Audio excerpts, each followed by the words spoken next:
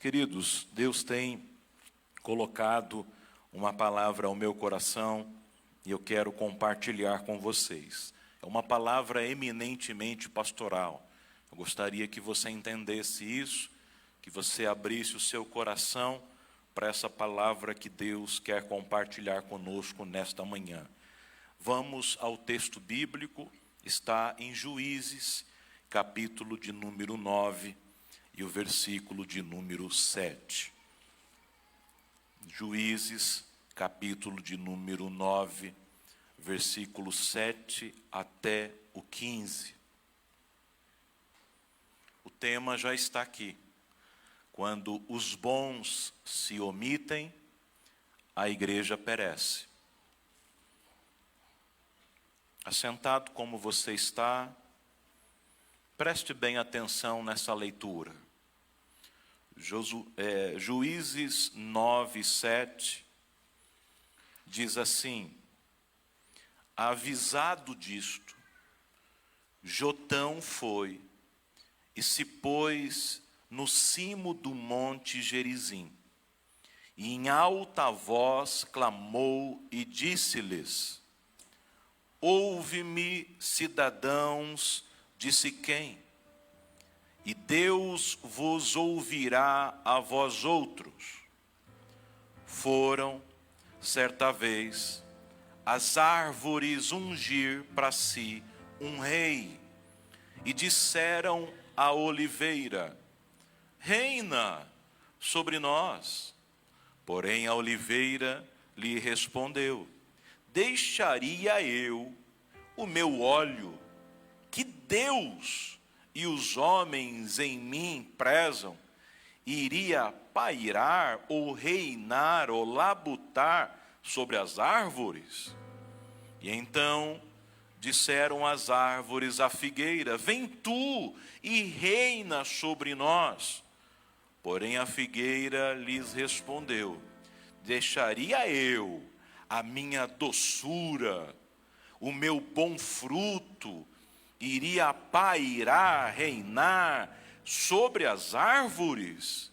Então disseram as árvores à videira: vem tu e reina sobre nós. Porém a videira lhes respondeu: deixaria eu o meu vinho, que agrada a Deus e aos homens, iria reinar sobre as árvores? Então todas as árvores disseram ao espinheiro: vem tu, então, e reina sobre nós. E respondeu o espinheiro às árvores: se deveras me ungis rei sobre vós, vinde e refugiai-vos debaixo da minha sombra. Mas se não, saia do espinheiro fogo que consuma os cedros do Líbano. Só incline a sua cabeça. Pai querido, nos ajuda, Senhor. Fala ao nosso coração. Desperta-nos, ó Deus, para as tuas verdades. Dá-nos entendimento e discernimento do reino, Senhor. Que o teu Santo Espírito trabalhe na devida maneira em cada coração. E que nós possamos ser esclarecidos, elucidados, iluminados por ti, para o propósito individual e coletivo que tu tens para a nossa igreja e para nós. Que nós pedimos em nome de Jesus. Meus queridos irmãos, o texto que nós acabamos de ler traz um panorama histórico do seguinte: no tempo dos juízes, Israel não tinha rei. Se os irmãos estudarem os tempos, as estações, os irmãos vão ver que houveram vários períodos de governo diferentes. E o período dos juízes, eles implementavam as leis. Eles fundamentaram as regras morais, éticas, civis. E não havia rei. eles não eram devidamente organizados politicamente e nem socialmente. Por isso a época dos juízes, eles estavam organizando a nação. Mas viviam como tribos, cultivavam a terra e criavam seus rebanhos. Gideão foi um dos príncipes, ou dos principais juízes de Israel, quando o Senhor o chamou para libertar os israelitas do jugo dos amalequitas. A primeira orientação que Deus deu a Gideão foi que ele destruísse os ídolos da casa do seu próprio pai, quebrando assim a influência e a herança que recebera da sua própria família. Gideão mostrou que, com isso, que estava consciente do chamado do Senhor. Porém, Gideão falhou. Gideão pecou. Gideão adulterou. E com isso, ele gerou Abimeleque. Abimeleque, por sua vez, ele era dominador. Ele era invejoso. Ele era sanguinário. E para assumir o reinado do seu pai, Abimeleque fez aliança com o povo de Siquém, que era inimigo do povo de Deus. E olha o que Abimeleque fez. Ele contratou homens terríveis. Ele contratou homens sanguinários. 70 homens, 70 irmãos dele foram assassinados terrivelmente, para que não houvesse resistência. Gideão foi chamado por Deus, na direção de Deus. Mas Abimeleque não. Abimeleque assumiu na força. Abimeleque foi para o embate. Abimeleque matou para sentar no trono. E aí Deus traz esta parábola. Deus traz esta reflexão para o povo de Israel. E que cabe para nós muito claramente nessa manhã e para aquilo que Deus trouxe para nós. Na parábola que se apresenta, é um contexto botânico. Fala de árvores, figurativamente. E a história fala que, primeiramente, as árvores fizeram um conselho, dizendo: quem que vai reinar sobre nós? Alguém precisa reinar sobre nós. Quem vai governar a gente? Quem vai estar à frente da gente? E disseram primeiramente para a oliveira. A oliveira, ela tem uma simbologia da unção do Espírito. Pessoas cheias da graça, pessoas espiritualmente elevadas, carismáticas, abençoadas por Deus. A oliveira, ela é a mais valiosa. O seu fruto é cozido ou cru e o óleo é usado para cozinhar, para iluminação, para fazer remédio, para sacramentos, para unção de serviços divinos, em alguns casos para sabão, para madeira nobre, tanto que Salomão fez os querubins do templo com ela.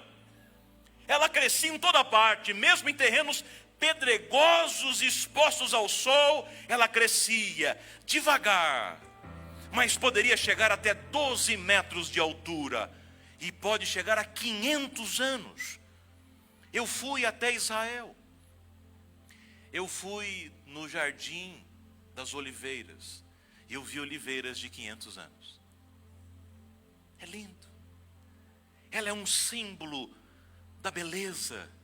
Ela é um símbolo de vida, de resistência, de uma perseverança suave e agradável. Mas ela não quis reinar. E aí disseram: então vamos perguntar para mais alguém. Vamos perguntar então para a figueira. E a figueira, ela tem doçura, ela alimenta. É similar à oliveira em certa maneira, crescia muito na Palestina, servia para gerar sombra, ela tem uma grande sombra. São aquelas pessoas que, aonde elas estão, elas abraçam. Elas são doces, elas ajudam para que as pessoas cresçam, elas acolhem, elas amam, elas curam. Pessoas amargas chegam perto delas e são curadas pela doçura. Pessoas queimadas pelo sol causticante chegam perto delas e alcançam descanso, são curadas e restauradas. Essa é a figueira. As suas folhas são espessas e favorecem a criação de ambientes de meditação, como no caso de Natanael. Eu te vi debaixo da figueira. A sombra da figueira era sinônimo de felicidade e de estar à vontade, seguro. Pessoas figueira cuidam dos outros. Igrejas figueira acolhem os outros. Igrejas figueiras são dóceis, são doces, são amáveis, como foi o caso de hoje, vendo essa belíssima apresentação ou recepção dos nossos queridos visitantes pelo pastor Alcérico e Daniele. Vocês precisam fazer mais isso. Que suavidade, que doçura. Muito bom. Agora, a figueira, com todos esses aspectos positivos, disse: eu também não vou me dispor a cuidar de vocês, não. Eu tenho muita doçura, eu alimento já, eu já estou bem. Deus me deu esses talentos e eu estou feliz. Tá bom. Foram então para a videira. A videira, com certeza, ela vai querer. Vamos para a videira. A videira representa a glória, a produtividade da Palestina. Os judeus tinham especial afeição pela videira. A videira era considerada a planta da vida. Tanto que a videira, ela gera o vinho, e um casamento sem vinho perde a alegria, a simbologia, a alegria, a vida, a vitalidade. A videira é aquelas pessoas que quando elas chegam, elas animam o ambiente. São as pessoas alegres, que te colocam para cima, que te motivam, que fazem: vamos juntos, vamos construir, vamos viver, vamos ser felizes. A videira foi comparada ao povo escolhido de Deus, lá em Salmo 79, verso 8 e 15. Jesus se identificou como a videira verdadeira, lá em João 15, de 1 a 15. Olha que lindo. São aqueles que são semelhantes, à imagem e semelhança do Cristo. E o vinho foi feito símbolo do sangue de Jesus. São aqueles que perdoam. São aqueles que se sacrificam para sarar os outros. Mas eles também não quiseram reinar. E aí, restou o espinheiro. Interessante que o espinheiro não pensou duas vezes. Mas e o espinheiro, Ivan? O espinheiro, ele não tem sombra. Mas ele já começa dizendo: se você aceitar, eu vou acolher vocês debaixo da minha sombra. Ele não tem nada que as outras três tinham, mas tem discurso. Ele é bom de gogó. Ele é bom de falar.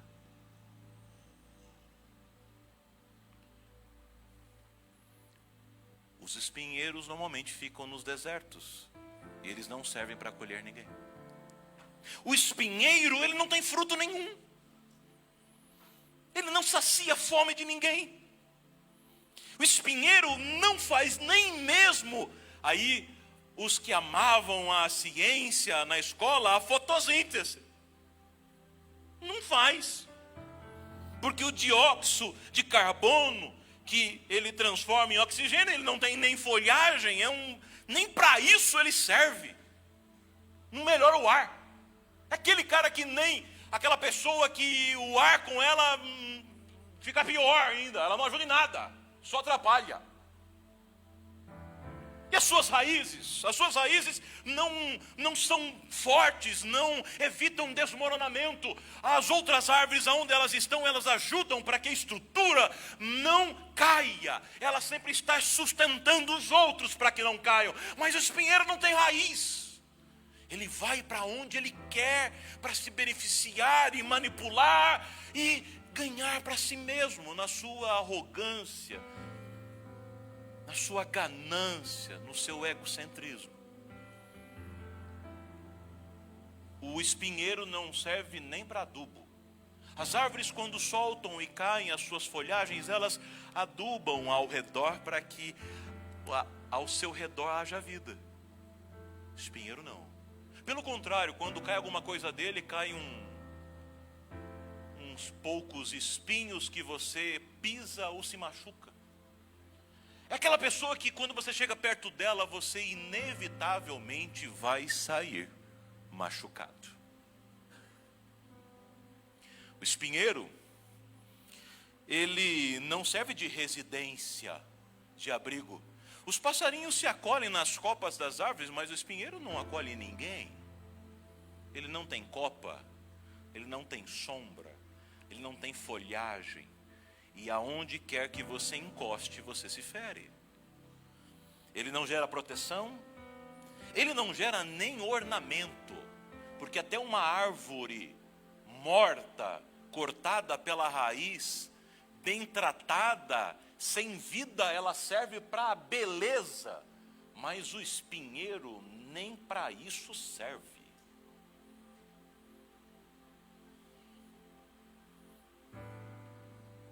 Mas ele se colocou à disposição. E pastor Tiago, o que eu me surpreendo e minha alma se angustia é que todos aceitaram. Ninguém se colocou à disposição. Na Bíblia, se você for ver, espinheiro é sinônimo de castigo. Gênesis 3:18. E a terra produzirá espinhos. Sufocamento em Mateus 13:22. E a semente caiu entre os espinhos e ela não cresceu, ela foi sufocada. E é sinônimo de sofrimento, com a coroa de espinho na fronte do nosso Cristo.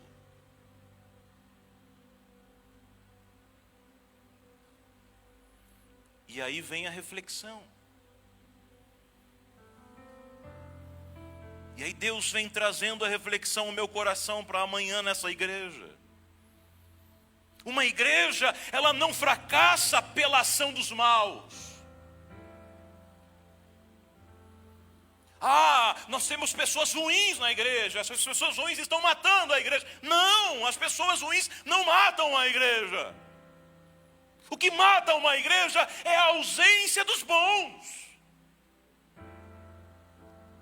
É interessante que, se vocês forem ver no texto, é muito chocante. Porque a oliveira responde: deixaria eu o meu óleo que Deus me deu. Ela declara: foi Deus que me deu, mas eu não quero servir.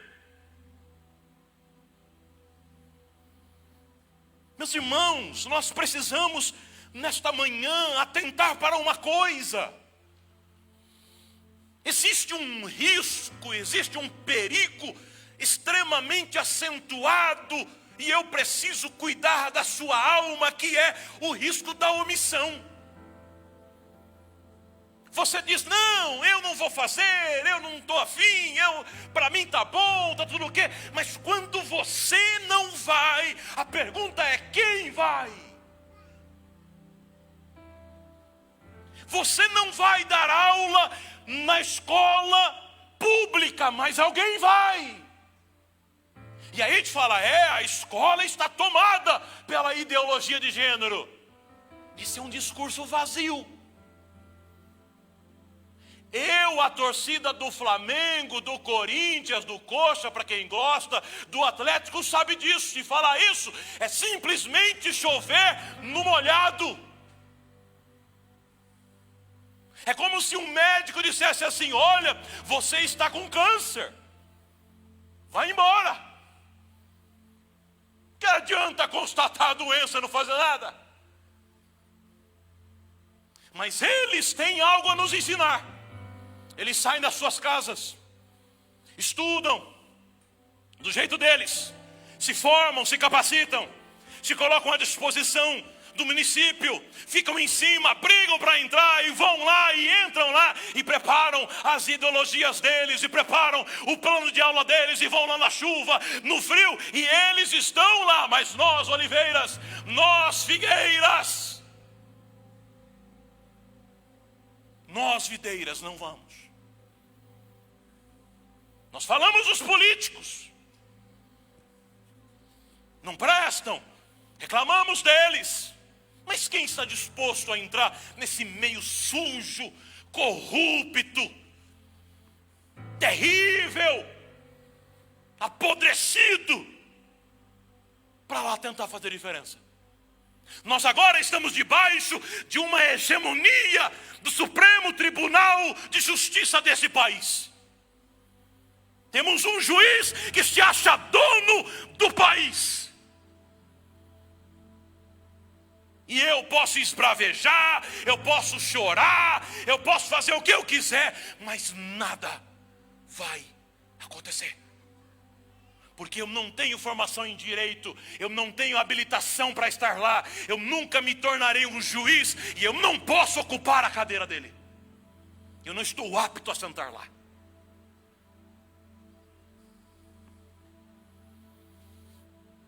Fazer as mesmas coisas esperando resultados diferentes é ignorância, igreja. Mas vamos descer um pouco, vamos descer um pouco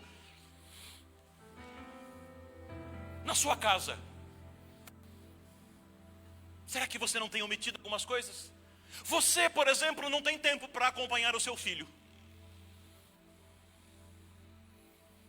O seu menino está crescendo e você não tem tempo de jogar bola com ele, você não tem tempo de andar de skate com ele, você não tem tempo de fazer nada, você vai lá no Paraguai, compra um PlayStation 5 ou qualquer outra coisa, dá para que ele fique entretido ali, mas de repente chega alguém na escola que vende drogas e tem tempo para conversar com ele. Fala, vem cá, rapaz, vamos bater um papo aqui, a vida é pesada, vem cá, experimenta isso daqui, cara, bacana, tal. A gente não tem tempo para ficar com o nosso próprio filho, mas o traficante tem.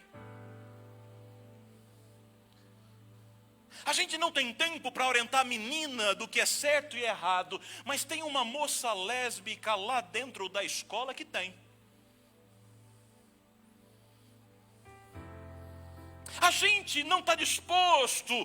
Vamos ao trabalho, a gente não está disposto a pagar um preço, a estudar um pouco mais, a se desafiar, a se esticar, a se elastecer, a virar gerente da empresa. Não, é muito complicado, aqui essa cultura é pesada, deixa eu ficar de boa. Daí vem alguém, um espinheiro, que não tem a formação que você tem, que não tem o caráter que você tem, vira gerente sobre você e coloca o pé na tua garganta.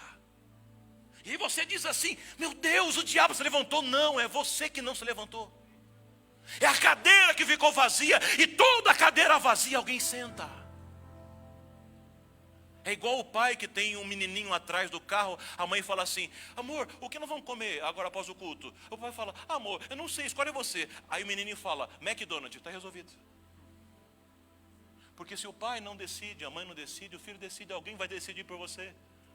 Alguém sempre vai decidir sobre, alguém sempre vai reinar sobre você. Se você não reinar, alguém vai reinar. E eu tenho que dizer uma verdade, se você não quis reinar e veio um espinheiro reinar sobre você, por favor, fique quieto.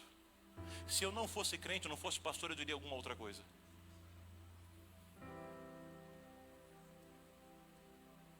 Porque a gente não quer o preço, não quer pagar o preço para fazer mudança. A gente não quer pagar o preço para ver a igreja melhor. A gente não quer pagar o preço de levantar no frio. A gente não quer pagar o preço, mas tem espinheiro que levanta para dizer, eu mando, eu estou aqui e eu vou colocar todos eles debaixo dos meus pés. O diabo é incansável. Os projetos de ideologia de gênero são incansáveis. As igrejas liberais são incansáveis, eles fazem live o tempo todo, e eu não conheço no nosso meio irmãos cristãos, teólogos, exegetas, doutores que têm coragem ou têm tempo na sua agenda para ir para a internet falar, pecado é pecado, Bíblia é Bíblia, mas eu vejo que quem não tem o espinheiro vai e faz. Nós temos 40 e poucas congregações. E nós precisamos cada vez mais de obreiros. E a gente consulta os homens, eu caminho ao lado do pastor Lúcio, do pastor Vanderlei, a gente consulta e fala, não, eu não posso, não consigo.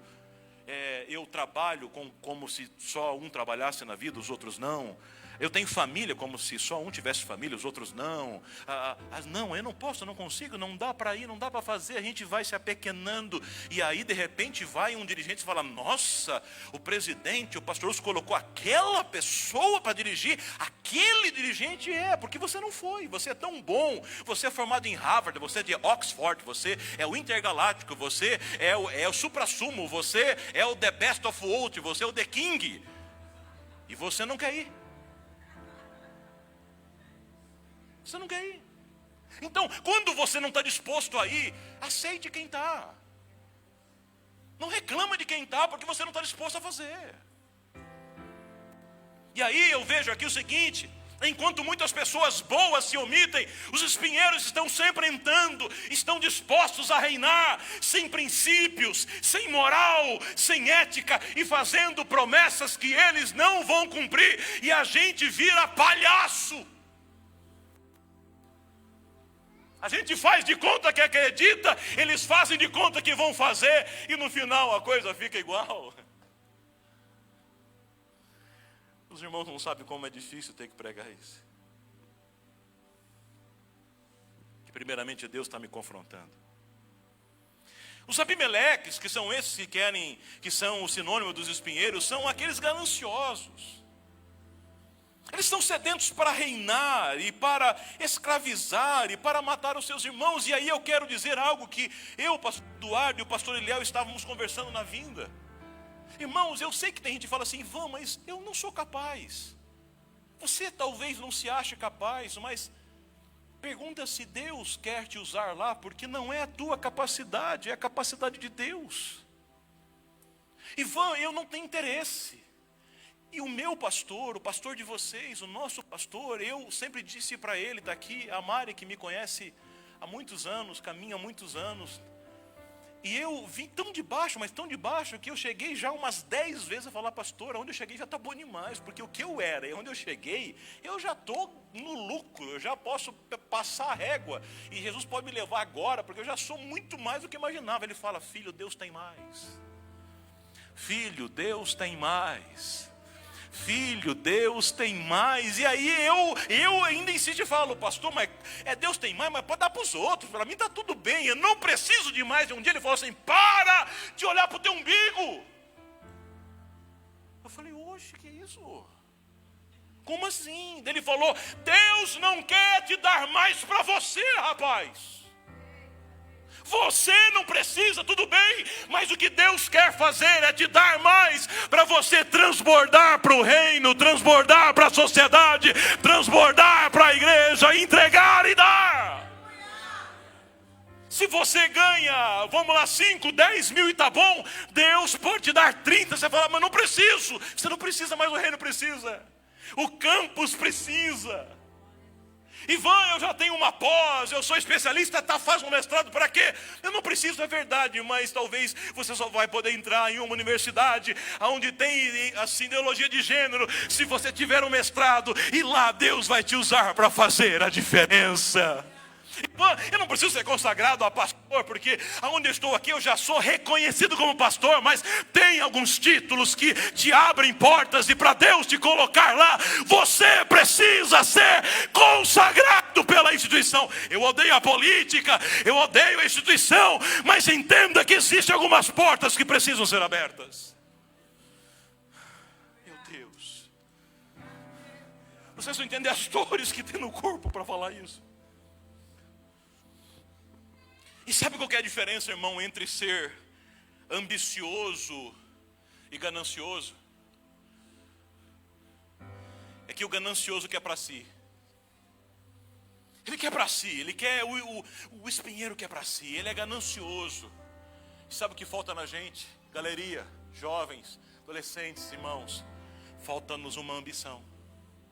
A ambição é você estar satisfeito com o que você tem, mas entender que pode ter mais, e não para você. E eu diria, uma ambição altruísta. Ambição altruísta é você querer mais não para você, é você querer mais para poder distribuir mais. Se Deus te der mais pão, você vai compartilhar pão. Se Deus só te der mais conhecimento, você vai ensinar mais. Se Deus te der mais dinheiro, você vai entregar mais cesta básica. Se Deus te der mais influência, você vai impactar mais. Eu tenho usado as minhas redes sociais não para eu me prevalecer, até porque eu já fui pregador, já viajei o Brasil, 15 países do mundo, preguei 10 anos. Eu não quero mais fazer agenda, mas eu quero que pelas redes sociais alguma coisa seja assim enviada, a influência aconteça. Deus não te dá alguma coisa para inchar o teu umbigo. Deus te deu talentos, Deus te deu coisas para que você a use para o reino. Eu quero dizer para você que entrou aqui, que está nos visitando, essa igreja tem muitos ministérios. Nós precisamos de você. Nós precisamos de você. Venha nos ajudar. Jesus em breve voltará. Vem nos ajudar.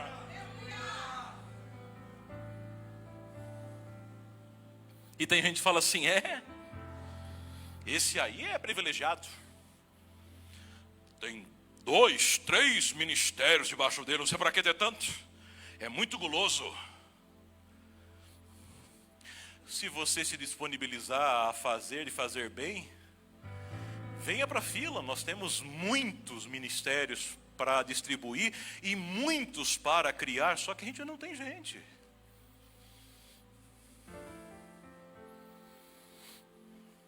Partindo para o final, eu deixo para vocês 4 coisas que Deus tem me incomodado.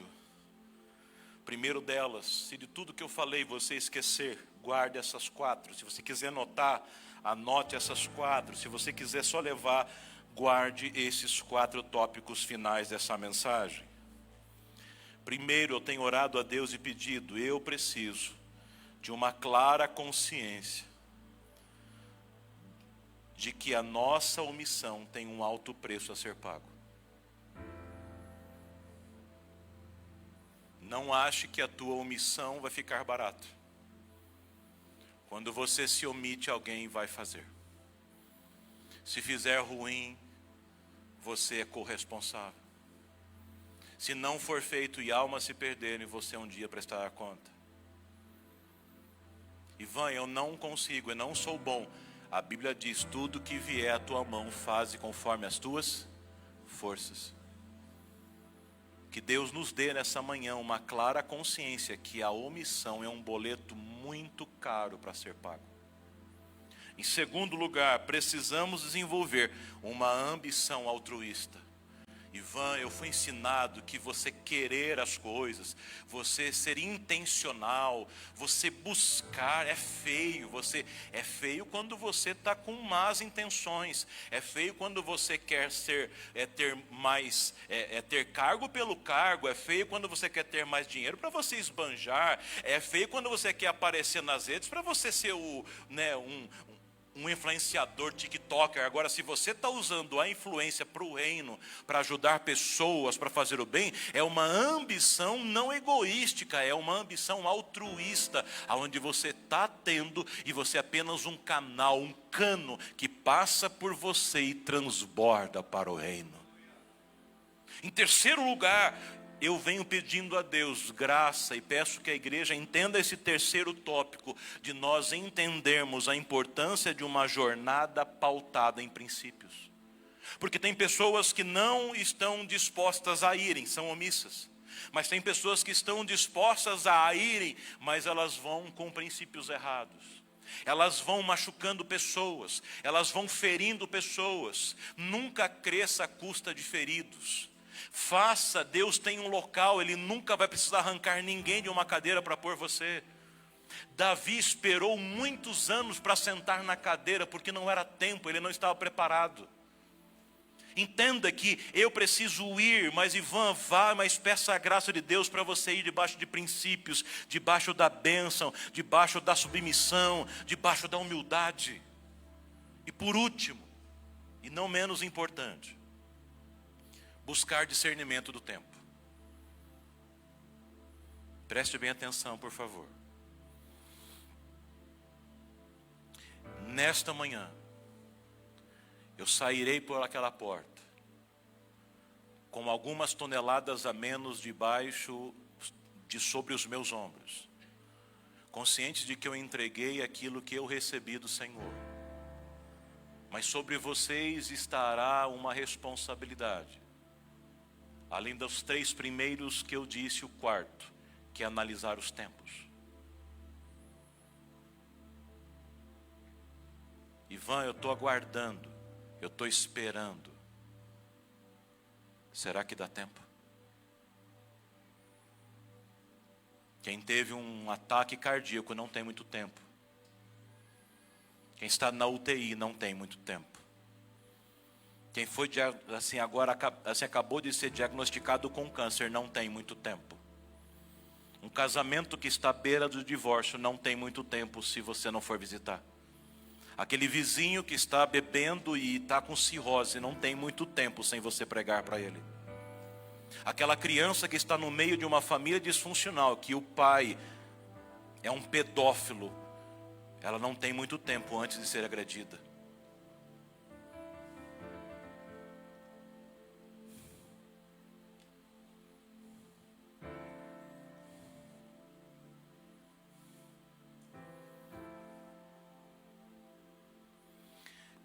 Eu não sei se você consegue em algum momento sentir a dor do coração de Deus.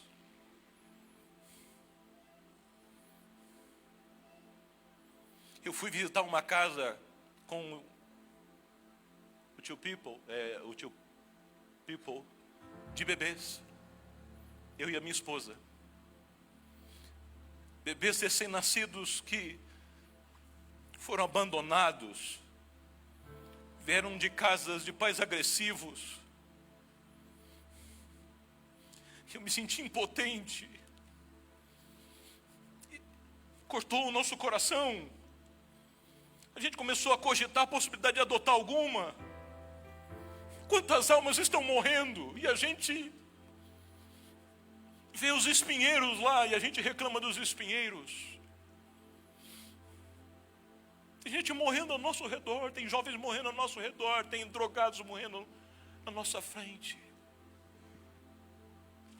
E aí eu termino lembrando você que talvez você é um Jotão. Jotão, sabe o que é interessante de Jotão? Que Jotão, eles aparentemente são insignificantes, são nada, mas são gigantes de Deus. O Jotão, ele era o mais novo. O Jotão, ele era o último da descendência de Gideão. O Jotão, ele precisou se refugiar, era frágil, o Jotão era inexperiente, ele não era o melhor, o mais bonito, o mais escolhido, o mais formado, mas Deus preservou ele para uma grande obra. Eu estou pregando para Jotões nesta manhã. As pessoas te olham e você aparentemente não é nada, mas Deus tem escolhido você para fazer uma grande obra.